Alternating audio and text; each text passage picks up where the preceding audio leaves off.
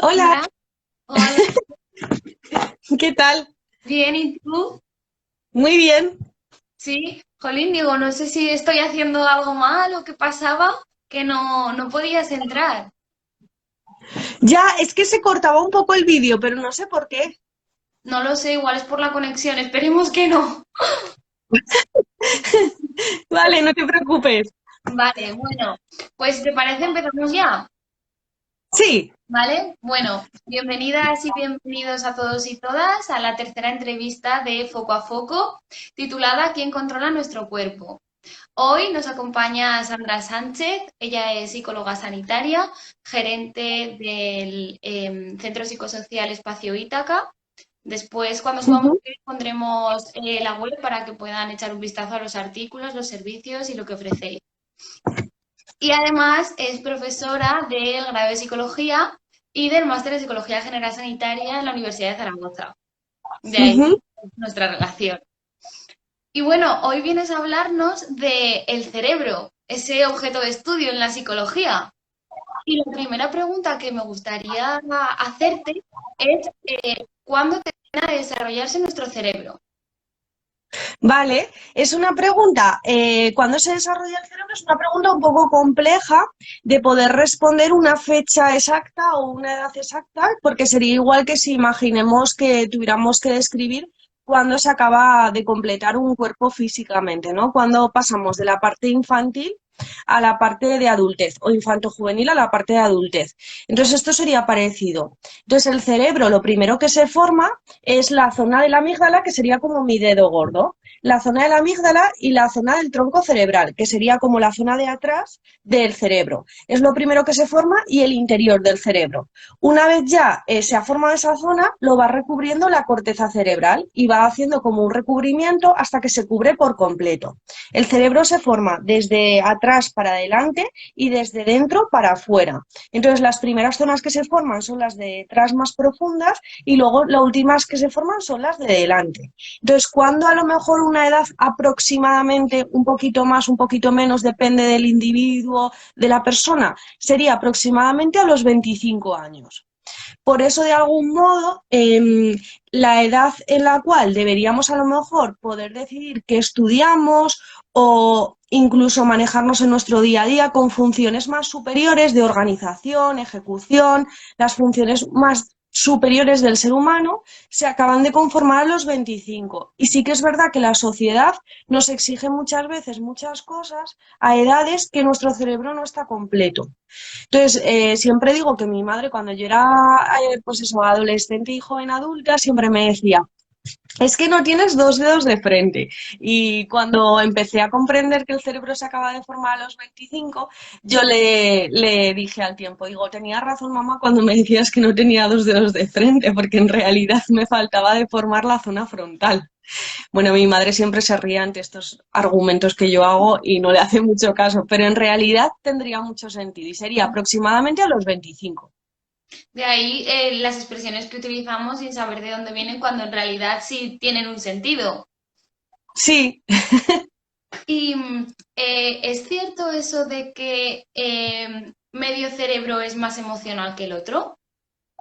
vale, eso también es verdad que es como muchas veces cuando decimos estas apreciaciones, sí que es cierto que la ciencia, a diferencia que las matemáticas, la parte más biológica no es uno más uno, es dos. Incluso a veces en biología encontramos que uno más uno puede ser 10, porque se puede hacer una sinergia.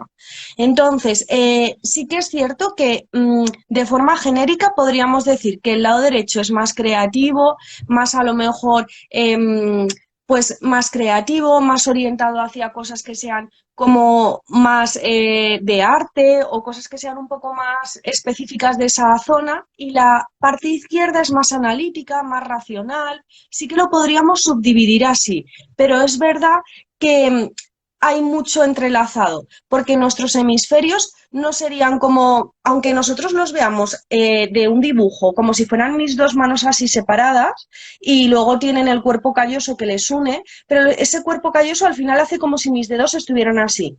Entonces, Ujú. claro, si mis dedos están así, yo no puedo decir que el lado derecho va por un lado y el lado izquierdo va por otro. Es como mucho más complejo. De forma genérica yo puedo decir que esta es mi mano derecha y esta mi mano izquierda y que cada una, sí, pero cuando están así de unidas a veces es un poco complicado. Entonces, es una parte de mito y otra parte de realidad. Pero si quisiéramos así a grandes rasgos, podríamos admitirla, o sea, aceptaríamos pulpo como animal de compañía, aunque no es del todo así. Vale, pero ¿las emociones ocurren o se manifiestan en una parte concreta del cerebro o no? Ujú. Sí, la parte concreta del cerebro sería la zona de la amígdala, que sería lo que antes hemos dicho que sería mi dedo gordo, imaginaros, y luego se recubre por los dos hemisferios y por todo el cerebro. La parte de la amígdala es del tamaño de una almendra, o sea, sería incluso del tamaño de mi dedo pulgar solo. Entonces, esa zona cerebral es donde está el centro de las emociones. Las emociones que se manifiestan en el ser humano, bueno, que se producen sería en esta zona de la amígdala. De todas formas, la amígdala sería como un aeropuerto, luego, o por ejemplo, como una estación de tren, como por ejemplo Atocha. Entonces tenemos la estación central, que sería la amígdala, pero luego hay un montón de redes que se comunican como serían los trenes. Y todas esas redes sería lo que sería el sistema límbico. Entonces, aunque la amígdala produce las emociones, luego hay un montón de interconexiones cerebrales que también contribuyen a que esas emociones se manifiesten. Las emociones básicas de cualquier mamífero, es decir, la gente que está escuchándonos, tanto nosotras como mamíferas, como animales que sean mamíferos, compartimos 6 emociones básicas, que Ujú. son la alegría, la tristeza, el miedo, el enfado, la sorpresa y el asco. ¿Vale? Sé que las he dicho un poco deprisa, pero pues más o menos que si no, luego le dais para atrás en el vídeo y las volvéis a escuchar o yo las repito luego en otro momento y tal. Si las dividís las 6 emociones en agradables y desagradables, porque no las podemos dividir en positivas o negativas, porque todas son buenas, o sea, todas las emociones hay que sentirlas, pero sí que hay unas que son agradables y otras desagradables. Entonces, agradables solo únicamente es la alegría. Y la sorpresa, hay sorpresas agradables y otras que son desagradables, como un susto. Un susto sería desagradable. Entonces, claro, a la pregunta del millón, aparte de que se encuentren las emociones en la amígdala, a la pregunta del millón de ¿estamos neuropsicológicamente preparadas para ser felices? La respuesta es que no. Por lo tanto, si la gente que nos está escuchando dice, jo, es que yo no estoy feliz todo el tiempo, bueno, pues bienvenidos al mundo real y bienvenidas. Es estupendo que no estés feliz todo el rato, porque si no tendrías un problema también a nivel emocional. Entonces se fabrican en lo que sería la amígdala, pero luego se manifiestan en el cuerpo. O sea, el cuerpo es el escenario completamente del cerebro. Por eso siempre se dice el dicho de que hay que cuidar cuerpo y mente. Eso es, ambas partes que estén como conectadas, pero es muy curioso que algo tan pequeño como es la amígdala pueda producirnos tantas sensaciones diferentes. Sí, sí. ¿Y en algún momento o en alguna ocasión podríamos dejar de sentir emociones? Ujú. Pues si hay algún daño cerebral, es como si dijéramos en algún momento puede ser que las interconexiones no, de los trenes pudieran colapsarse. Sí, ¿por qué se puede colapsar?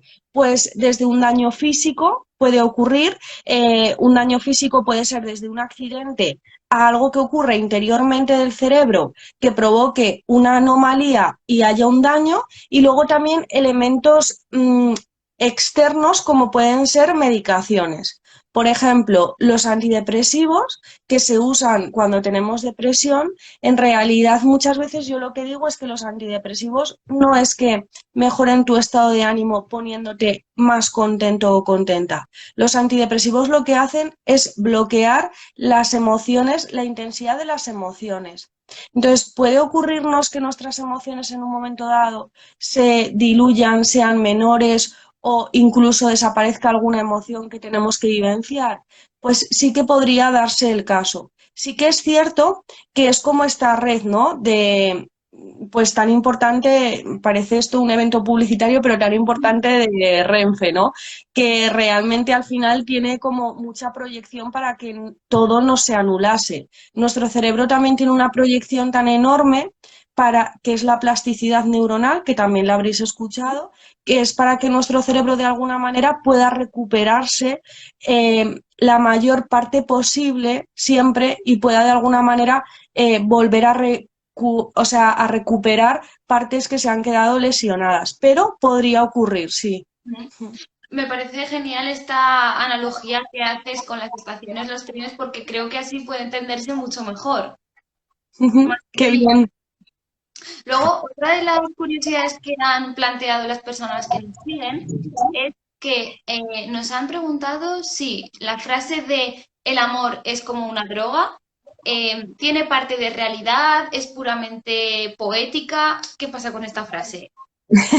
Esa me encanta porque a diferencia de las anteriores que había una parte que sí que podía ser realidad y otra parte que era mito, en el caso del amor sí, el amor es una droga. ¿Qué tendríamos que entender por droga? Droga sería aquella sustancia o aquella sustancia, situación, evento que produce un cambio en nuestra zona, sobre todo límbica, que es la zona del placer, produciendo un exceso a veces de dopamina, que la dopamina es un neurotransmisor que nos potencia esta sensación de alegría o de potenciación. Entonces, el cerebro en realidad tendría ese aumento de dopamina en esa zona por el amor. El amor aparte también, aparte de que aumenta la dopamina y te sientes súper feliz, también tiene otro elemento que es un elemento muy parecido al componente que tiene el frenadol, que a todo el mundo le sonará, que es como si fuera una adrenalina, algo parecido a la adrenalina, es otro elemento como una prima hermana de la adrenalina, que es la que nos hace que cuando estamos enamorados o enamoradas dejemos de comer tanto, no durmamos, estemos como con mucha hiperactivación. Entonces, ¿el amor sería una droga? Sí, por eso el enamoramiento, la fase del enamoramiento, no puede durar más de 1 año y medio o 2 años, como muchísimo 3, porque en realidad si no el cerebro moriría de toxicidad. Entonces, realmente está bien que el amor cambie de fases y que las personas sepan que después del enamoramiento viene la parte del amor, que hay un amor más calmado después, porque el cerebro no podría soportar tanta presión de estar enamorado tanto tiempo. Es que es curiosísimo, sobre todo lo que tú dices, que está muy bien que haya etapas y que sepamos eso, porque si no, a lo mejor no podríamos entender por qué pasa todo. Sí, ¿Y sí. existen diferencias a nivel cerebral entre una persona de género masculino em, y una de género femenino a la hora de experimentar el amor?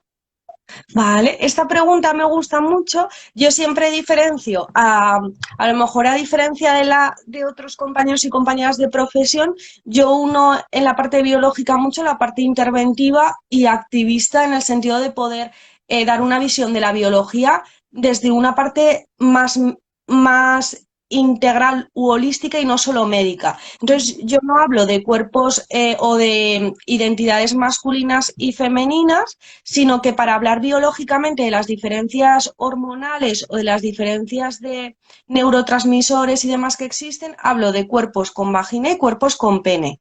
Así creo que todas las personas que nos escuchen les es sencillo, porque si no, de alguna manera también les es sencillo y también todas las personas se van a sentir, pues de alguna manera representadas. Así puede haber hombres y mujeres trans que pueden tener pene o vagina y de alguna manera también comprendan que no es la diferencia solo por ser hombres o mujeres, sino que depende de si tenemos pene o vagina.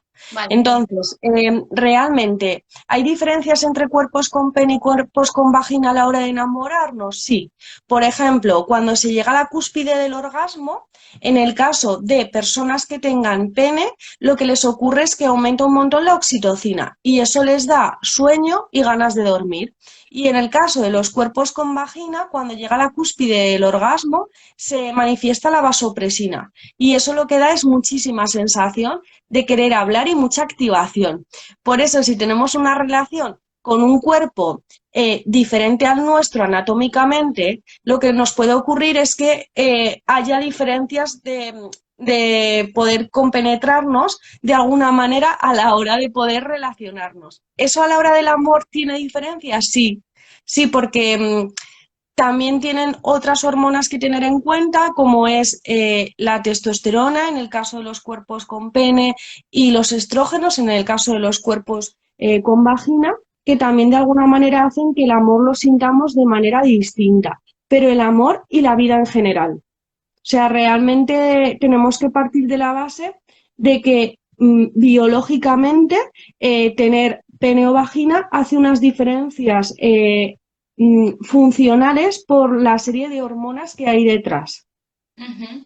De las hormonas hablaremos un poquito más adelante, pero Ujú. ¿y estas diferencias también se manifiestan en las diferentes etapas evolutivas? Es decir, ¿una persona adolescente experimenta estos cambios a nivel cerebral igual que una persona adulta o que una persona que se enamora en la vejez?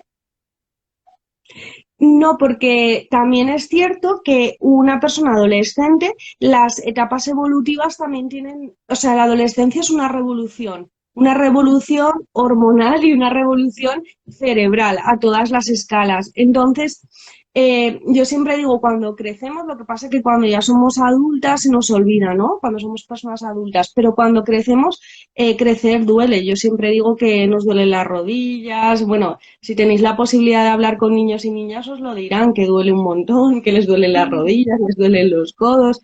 Entonces, ser adolescente duele y duele a muchos niveles, se vive todo con muchísima intensidad. Entonces, claro, esa intensidad con la que se vive, también se vive de manera distinta el amor.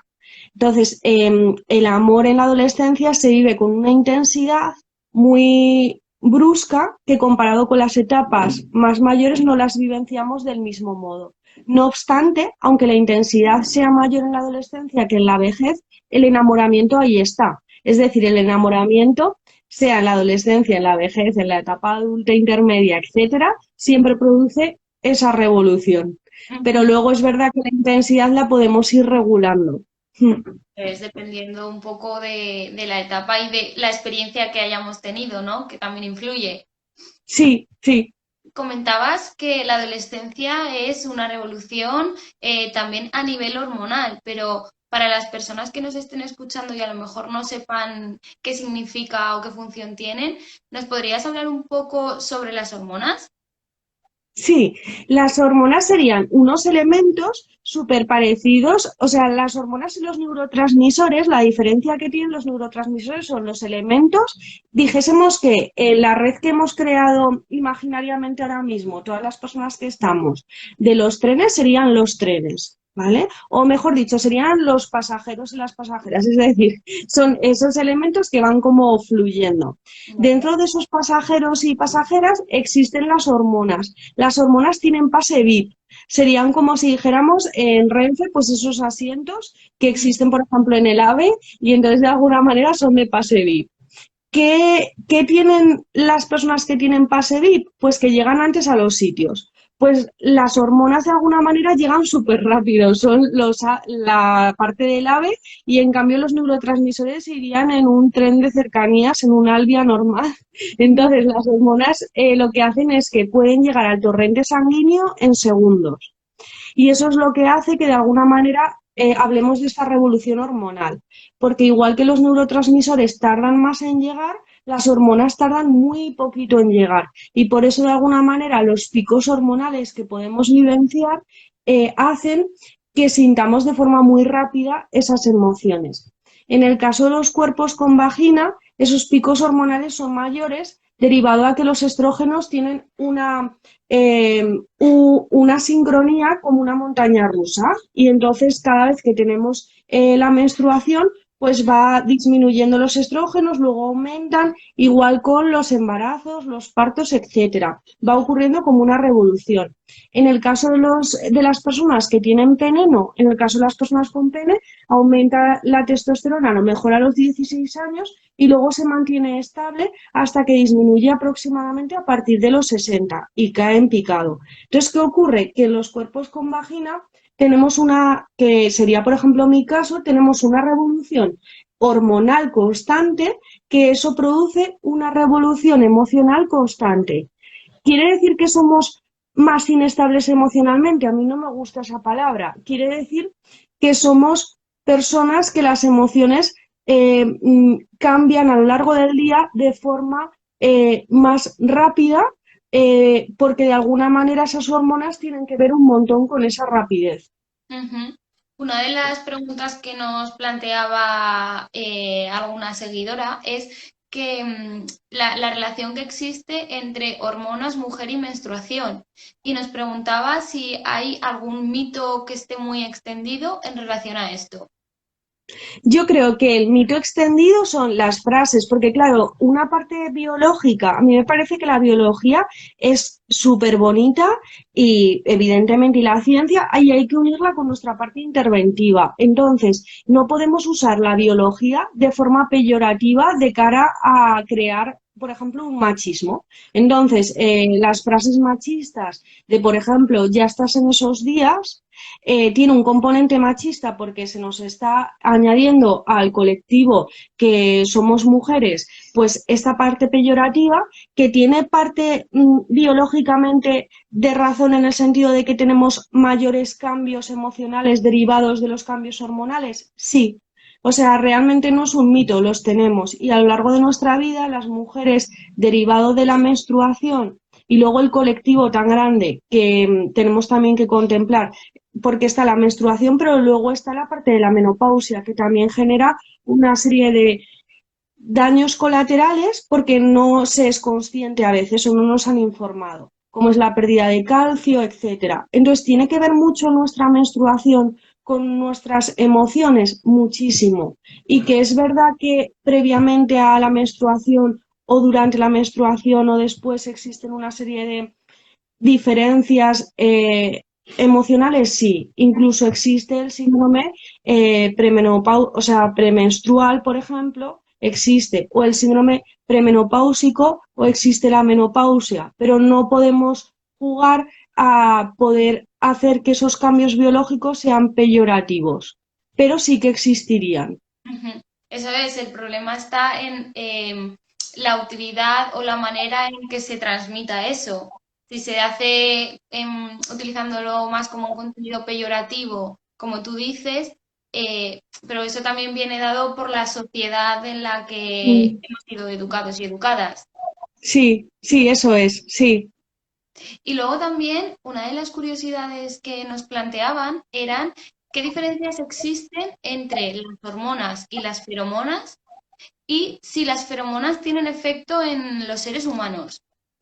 Vale, pues las feromonas serían unas partículas de olor que, claro, tienen un componente muy fuerte porque tienen que ver con las hormonas, de forma sencilla también, aunque no sea del todo así, pero serían como hormonas parecidas a las hormonas, pero de olor. Entonces, las feromonas tienen muchísimo componente en nuestro día a día. ¿Por qué? Porque el olfato es el único sentido de los 5 que tenemos que no tiene que pasar por el tálamo. El tálamo es como el segurata a nivel cerebral. Es como, por así decirlo, cuando vamos otra vez a la estación de Renfe, por ejemplo, si coges un cercanías, muchas veces no tienes que pasar por seguridad. En cambio, si pasas por otras zonas, ¿no? Coges el AVE, siempre tienes que pasar por seguridad.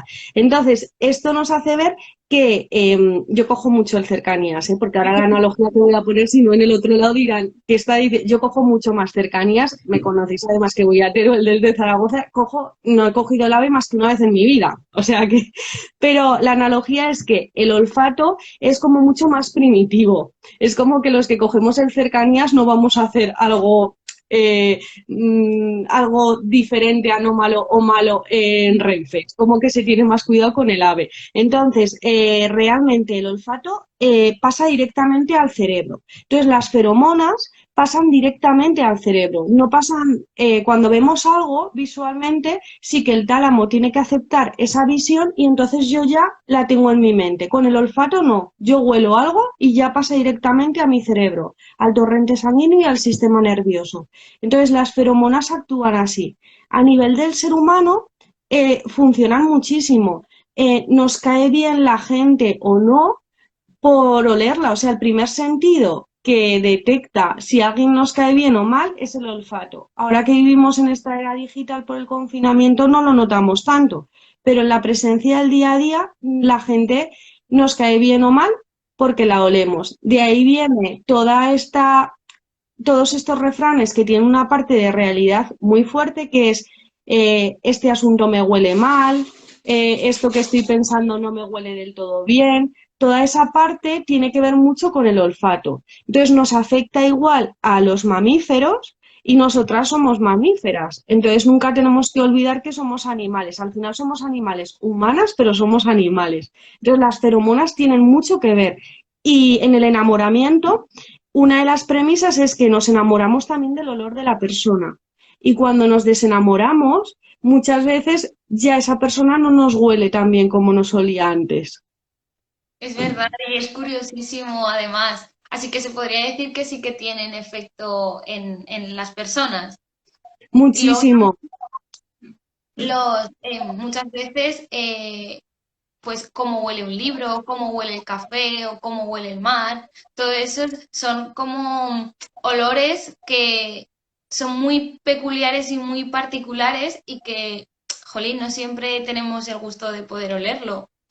Sí, por ejemplo, los bebés, cuando cogen la leche materna, cuando van al pecho de la madre, realmente es porque la leche materna huele a vainillina, que es el componente, como un componente muy parecido a la vainilla.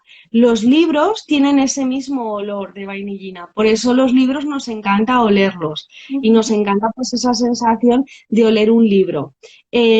Los hospitales, que muchas veces decimos, joder, un hospital huele a lejía o huele, siempre decimos esta expresión, es que huele mucho a desinfección. Bueno, el hospital huele, nuestro cuerpo en un hospital también siente que huele a enfermedad y huele a muerte.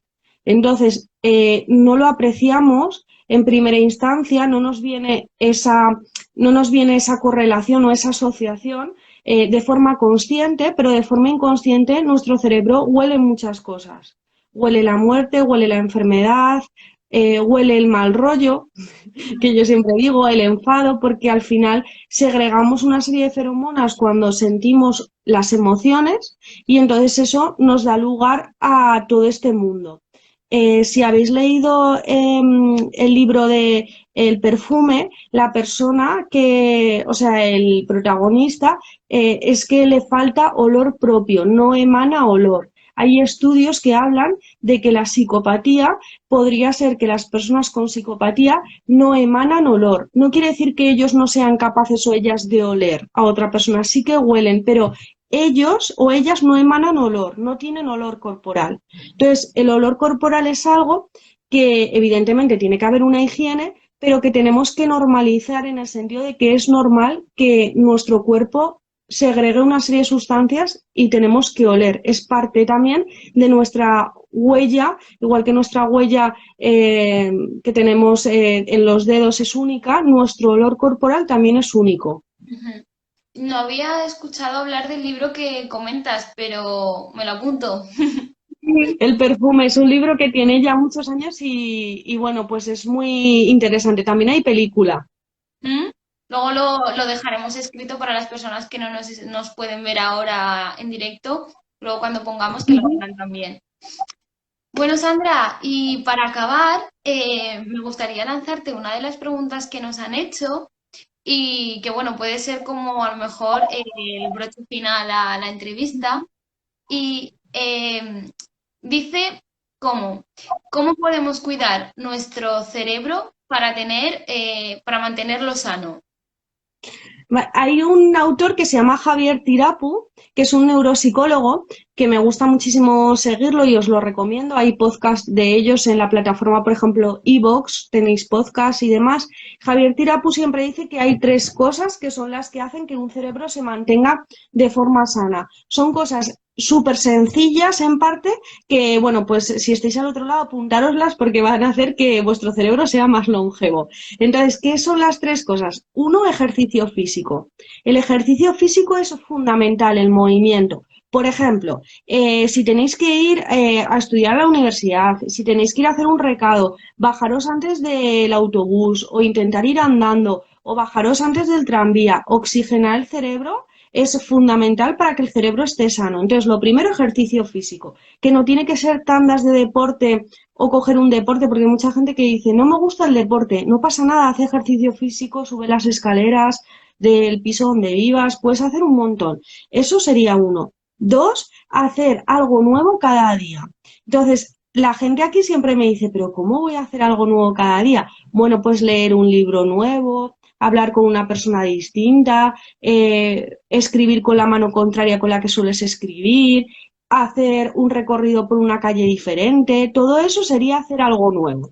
Y luego la tercera pauta sería que todos los días habláramos con otros cerebros. Entonces, tenemos que la socialización, que a veces hay muchas personas, ¿no? Donde yo me incluyo, que soy más asocial o no antisocial, sino que me gusta mucho mi parte privada o me gusta mucho la soledad. Sí, pero hablar con otros cerebros. Podemos hablar con otros cerebros así como estamos haciendo ahora nosotras, o por WhatsApp, por teléfono, o porque la socialización es lo que ha hecho que nuestro cerebro evolucione a lo largo del tiempo. Entonces, mi mensaje sería que al final las personas que están al otro lado se cuiden y que entiendan que hay una interrelación súper importante entre nuestro cerebro y todo el cuerpo. Entonces, cuidar el cuerpo es cuidar el cerebro y cuidar el cerebro es cuidar el cuerpo. No existe uno sin el otro. Entonces, estamos súper correlacionados. Por eso es súper importante que cuidemos nuestro cuerpo. Yo cuando vienen los niños y niñas a consulta y bueno, que habréis visto niños y niñas y hemos ido nosotras también. Y entonces les crecen ya los dientes definitivos y yo siempre les digo, cuídalos porque luego ya son los únicos que tenemos y hay que mantenerlos. Pues el cuerpo es una carcasa que es la única que tenemos, nuestro cerebro es otro elemento que es el único que tenemos, igual que hay otros órganos que se pueden quitar o que podemos conseguir trasplantarlos, el cerebro no. Entonces tenemos que mantener estas tres pautas que son muy sencillas y que las podéis hacer cada día y que si las hacéis, yo os puedo prometer, y eso que no suelo prometer mucho, yo os prometo que el cerebro se hará longevo y que viviréis muchos años si el resto del universo no nos acompaña o nos da pie, pero con esas tres pautas se puede. Pues las dejamos escritas y te tomamos la palabra de tu promesa. Muy bien. Bueno, Sandra, pues ya no hemos recogido más preguntas, hemos reflejado todas. De parte de todo el equipo de Sicara, quiero agradecerte mucho tu disponibilidad y agradecerte también la naturalidad, delicadeza, todos los ejemplos que nos has ido poniendo, porque creo que algo tan fundamental de saber como es nuestro funcionamiento cerebral, de esta manera tan sencilla, creo que podemos integrarlo mejor, ¿sabes? Así que muchas gracias. Bueno, yo para acabar también agradeceros muchísimo al equipo de Sicara también con todo el cariño que siempre hacéis las cosas, con la divulgación científica que estáis haciendo, que aunque existamos centros, no podemos hacer esta divulgación que hacéis y que bueno, que es una divulgación muy profesional. Entonces estoy segura que vais a tener una trayectoria muy larga y muy provechosa y estáis haciendo una labor muy importante. Así que también agradeceros que podáis traer la ciencia y la psicología a una población tan importante como sois la población joven y que creo que la sociedad muchas veces no alaba a todo lo que debería alabar de la gente joven, que tenéis unas cosas fabulosas. Pues muchas gracias por tus palabras. Bueno, Jessy, Cuídate, ¿vale? un abrazo, hasta Adiós. luego, adiós, un beso.